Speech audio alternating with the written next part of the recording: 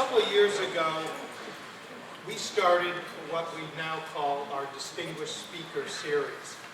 And we really make a concerted effort to find somebody of repute worth bringing to campus to share something with our students that we feel is educational.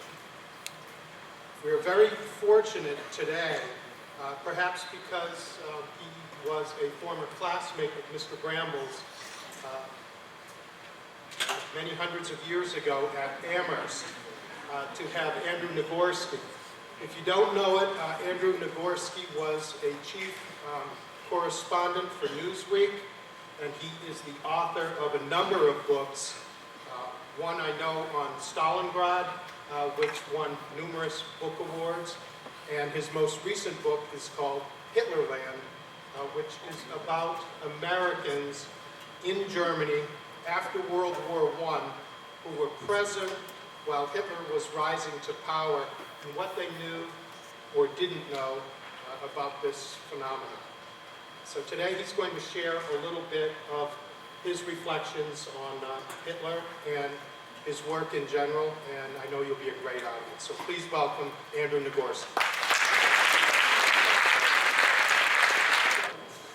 And how many hundreds of years ago were Guy and I in college together? Well, you look pretty young. Thanks. I set that up, Guy, sorry. It's really great to be here in Oklahoma City the first time, to really appreciate the invitation to see an old college classmate and to see this rather impressive school, very impressive school from what I've seen of it, to meet all of you. And as it happens, I was telling Guy last night, he asked me if I'd ever met Anthony Shadid, or Shadid, depending on how you pronounce it. And in fact, because he was such a terrific foreign correspondent, he covered an area of the world that I did not normally cover, the Middle East. My experience as a foreign correspondent was more in East Central Europe, and the Soviet Union, and then Russia, and Poland, and Germany. But I made a point of meeting him a few years back, and because I was so impressed by his reporting. And I had assumed that he may have been still born in Lebanon and spoke Arabic growing up. He said, no, I grew up in Oklahoma City, went to school here, and learned Arabic later. And it's one of those really tragic events to see someone like that who is so gifted, who is bringing us so much important news and nuance from that part of the world, which is in the news again today, as all of you know, to see him die in a situation which is, many times you talk about foreign correspondence, about gunfire, and of course Anthony had been wounded at one point in an earlier conflict in Lebanon.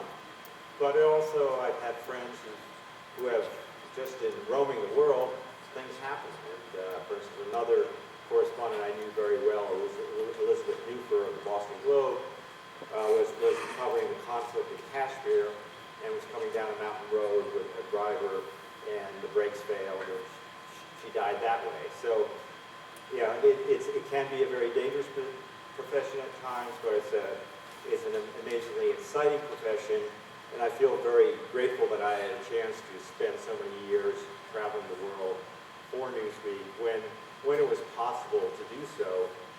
For a reason now, it is more difficult for all sorts of reasons that we can get into. And by the way, I'll talk a bit, and then I'd really like to open it up if you have any questions on any of the subjects I get into. I'll get to my book, but I also wanted to talk about, for a moment, about history and our concepts of history. Because I think there's a tendency when you're taking history in school, whether school or college, to say, okay, this is a study of the distant past, of things that really don't affect me. And if there's one thing you learn as you go about the world covering breaking news stories and major events, is that history is happening all the time. It's happening in our lives. And you've got to be observant, not just to the big events, something like what happened in Benghazi, Libya yesterday, but even the small things. Let me give you one minor example. When I was back in college hundreds of years ago, my first job between my freshman and sophomore year, I went down to New York and I got my first so-called job in journalism. That was a job called being a copy boy at the New York Times. Now the term would have been now would be intern probably, but copy boy was the lowest rung on the ladder, and it was copy boy, not copy girl, because most of us were guys. And this will be a little quiz for you guys. My first job every morning was to take glue pots off the editor's desks, bring them to the back room, scrape off the congealed crud, stir the glue, and put it back on the editor's desk. Now, aside from wanting to sniff glue, why was I doing that? No, I was not sniffing glue, not consciously. So what was the purpose of that? Does anybody know? Any of you ever heard the term cut and paste? That's not a computer term. That's a physical term. This is long before computers. And when editors would edit story, when I started writing in journalism at Newsweek in New York, I'd write a story on a typewriter, get handed it to the editor. The editor might do what's called a pencil edit, where he'd mark things up and change it, but he didn't like part of my story or all of my story. He would put another sheet of paper in the typewriter, write a new paragraph or a new story, put some glue on that back of his page, and slap it right over my copy. That's cut and paste. That's the origin. So I bring that up, to see how far we've gone in journalism from cut and paste in that sense to cut and paste now. Obviously, these technological changes have also brought huge changes in the way we get news, deliver news. Some of them have been terrific in terms of our access instantly to video, and the way you transmit news. Some of them have been, frankly, very problematic because newspapers that were once powerful, magazines that were once powerful, networks that were once powerful, and could afford to send correspondents like myself or Anthony Shadid out and have them stationed abroad for long periods of time, no longer can do so, in part because the economics of the business has changed so much, and the advertising has fragmented so much because of cable television, the web, and so forth. So observe that, and also think about in your own life. You guys were born right before 9/11. Most of you. I assume nobody was born here post 9/11. So that shaped your lives, and you are now part of that world where that's taken as a given. Guy and I were born in that generation after World War II, lived through the Cold War, the collapse of communism. My parents' generation, and my parents happened to grow up in Poland, went through World War II. My father was in the Polish army, escaped, eventually ended up in Britain, under Polish forces under British command, and then after the war became political refugees in the United States. That was their formative experience. So all of us lived through basically what will be considered history.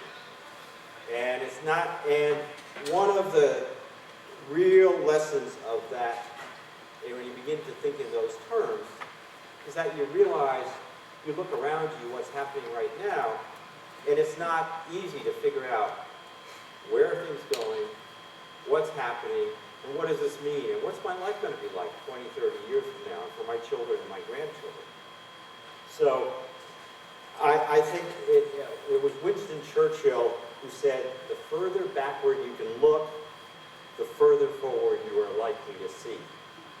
Churchill had a lot of good sayings. I think that's one of his very good ones, because it doesn't mean that history predicts the future, but it certainly, if you begin to understand history, you have some more of a grasp of what you're seeing around you every day. And so here I was a correspondent, for instance, in Germany a couple of times in the 80s and then in the 90s, and I'd always been fascinated by this period of when Hitler came to powers in the 20s and 30s. There have been a lot of great histories about that period. It never occurred to me to write a straight history myself, but I began to think, well, what was it like, what would it have been like if I had been born earlier, and say I had been a foreign correspondent in Germany in that period?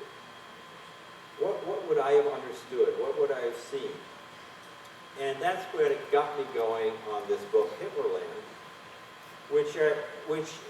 in which I try to approach history not as something that's sort of a given, that unfolded inevitably, went from A to B to C. When you begin to cover major events, like, say, the collapse of communism, you realize that there are a lot of things which could have turned out differently if people had made different decisions, if some people took some actions or not, if certain accidents happened or didn't happen. So I started, and when you look back, especially at something as monstrous as Hitler and the Nazi regime, and the Holocaust and World War II, that was a direct result of that, you begin to get some I said, there must be a new way of looking at that. And the way I sort of decided to look at it was to try to almost put the reader in a time capsule and say, you are there. And so I said, I'm going to dig up anything I can about the Americans who were there. Their letters, their diaries, their memoirs, both published and unpublished, which I could, and if anybody who's still alive, I'm still going to interview them. And then tell the story through their eyes as it happened, as opposed to sort of saying, okay, I know everything, here's where it's going. And so I thought I'd briefly recount that story as an example of how you can really get a fresh perspective on history. After World War I, Germany was a complete mess. It had lost the war. About 2 million soldiers had died, German soldiers had died. The economy was in total shambles. And as a result, the new government, which was an experiment, it was trying to be a democratic government, started printing money. And when that money wasn't enough money, they printed more. And pretty soon, inflation was totally out of control. You literally had to, say, for something like a loaf of bread, at first you paid maybe 20 marks, then hundreds of marks, then thousands, then millions, then billions. It was crazy. Here's one story from that period. A woman goes to a store, and she has this pile of worthless money, marked. Everybody's trying to unload whatever money they've got because they know it's going to be worth even less the next day.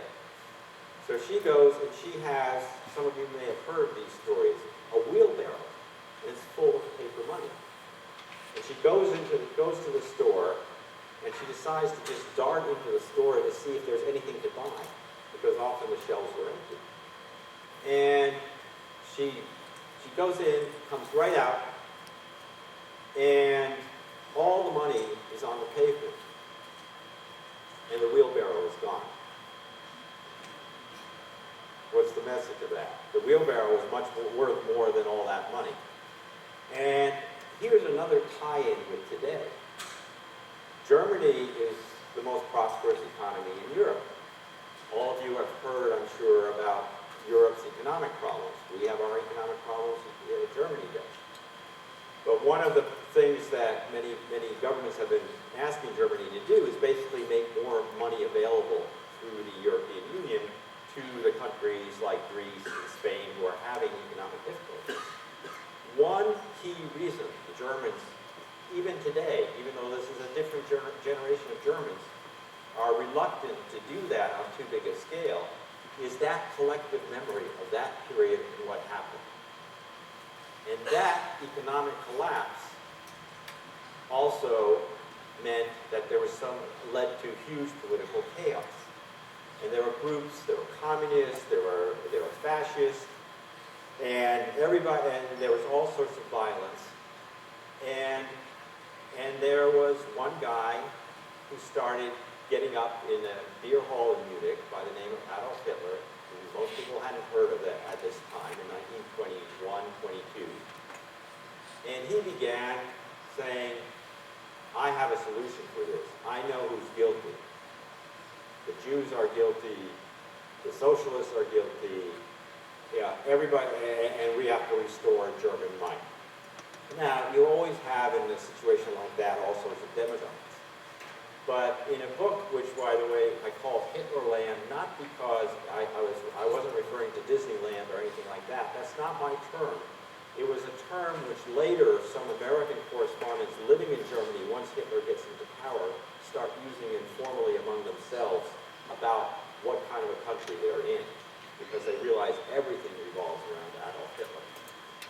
But so some of the Americans go. There are a couple of Americans who decide, I got to check out this guy in Munich. What's he doing? Who is he? Does he have any potential? And two Americans go down there, one a journalist for the Hearst Corporation, and one a young diplomat, a 29-year-old military attaché by the name of Truman Smith, who, by the way, was from a very prominent Connecticut family. And they go to see this guy Hitler, and they're impressed in the sense that, the way Truman Smith says, he's a marvelous demagogue. I've rarely listened to such a logical and fanatical man. His power over the mob must be immense. So they're beginning to detect that this guy might be dangerous back in 1922. And yet at the same time that all this is going on, in Berlin, lots of Americans are coming to Berlin because we tend to forget this was a really freewheeling society for all the chaos. It was a great party town. There was theater, there was music. Some of you may have heard of the movie Cabaret, the show Cabaret, that's based in that period. Josephine Baker, who is an African-American dancer in Paris, came over with her group of dancers and performed, even though the Nazis were already forming there and were protesting. She was received as this wonderful free American, liberated American, and she was in all sorts of after parties. It was, and you had amazing scientists there. Albert Einstein was there at the time. Some of the Americans report, oh, I went to a party and Albert Einstein dropped by. Yeah, this was quite a place to be. There are great artists, music, and so Americans are there. And on the one hand, there are all these new freedoms. On the other hand, you have these fanatics, including someone like Hitler, and a few people who are trying to take a measure of this man. They're saying, here, can this guy, like the Truman Smith says, can he really be dangerous? Carl von Siegen, who was a Hearst correspondent for the Hearst Corporation, an American chain of newspapers, also met him, and he said about him, as he called him a magnetic speaker, having also exceptional organizing genius. And he says, he wrote in his first article, he's 34, medium tall, wiry, slender, dark hair, cropped toothbrush mustache, eyes that seem at times to spurt fire, straight nose, finely chiseled features, with a complexion so remarkably delicate that many a woman would be proud to possess it. And then he goes on to say, that is Hitler, one of the most interesting characters I've met in many months. And one of the things that's really interesting, you're saying, well, what's this, and this comes up several times, many American journalists and other diplomats fixate and say, yeah, he's a little effeminate, what does this mean? And many people conclude somehow he's a weak politician because of that, and he'll be out. and the strong politicians in Germany will never let him rise to power. But you could see, these guys who first meet him say, this guy could go far, at least in Bavaria, that part of Germany. Later on, Germany's economic crisis subsides some, in part because of American loans. And then Hitler's appeal drops. In fact, he tries to stage a coup, it fails. And by the way, after this coup, he flees and takes refuge in the home of an American woman who's in Germany. Very briefly, their story, this is a couple, a German-American guy who went to Harvard, who played the piano, Harvard marching songs, comes to Germany, brings his American wife along, who has German parents, but who grew up in New York, and they become big supporters of Hitler. And the way she describes them, this American woman, Hitler had this fascination with this American woman. And she shows up at one point, he shows up after this coup, he's fleeing the police. And at one point, when the police are closing in on their house, the American woman sees him put a gun up and is convinced that he's going to shoot himself out of despair.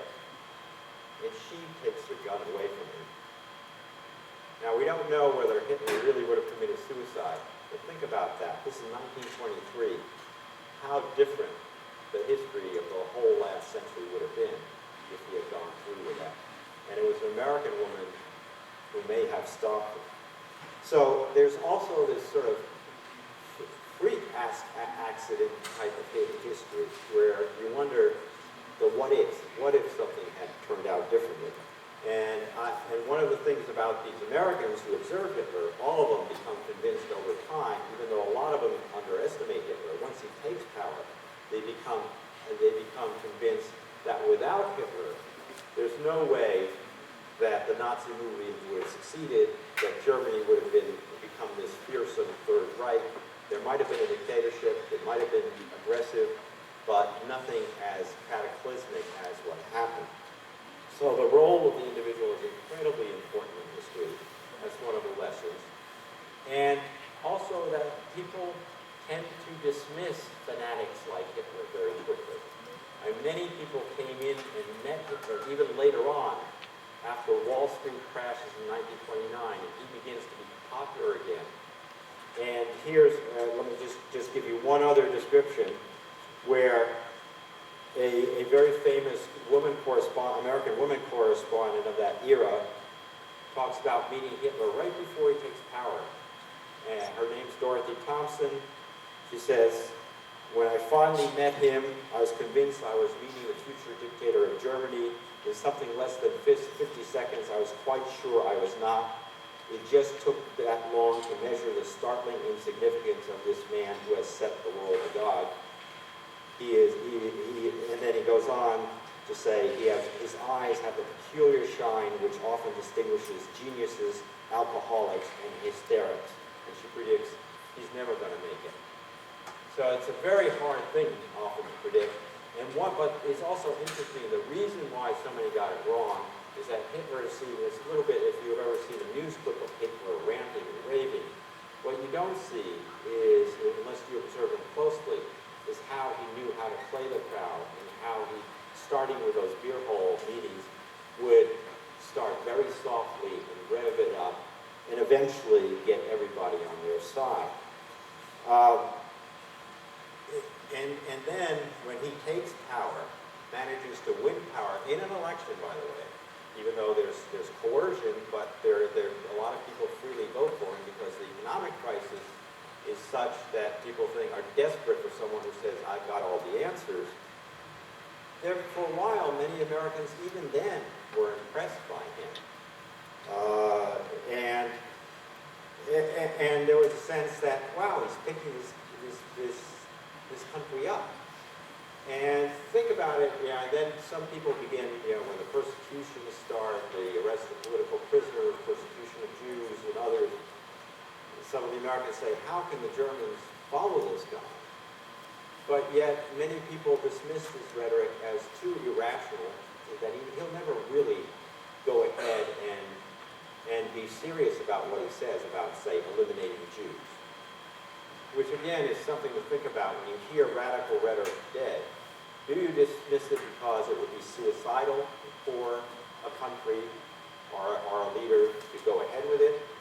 Or do you have to say maybe there's some other frame of reference here? And clearly in Hitler's case there was. So, and then you ask yourselves, if you had been young Germans then, what would you have felt like? And if you were in a high school in Germany at that time, most of you would have been enrolled in Hitler Youth, which was an organization, just like it sounds, to build allegiance to Hitler, kind of a Boy Scouts, Girl Scouts, civic organization all built into one. You'd go on camping trips, you'd have special uniforms, armbands. To be popular, you wanted to be a Hitler Youth leader. Your teachers were all telling you Hitler is the salvation of Germany. And by the way,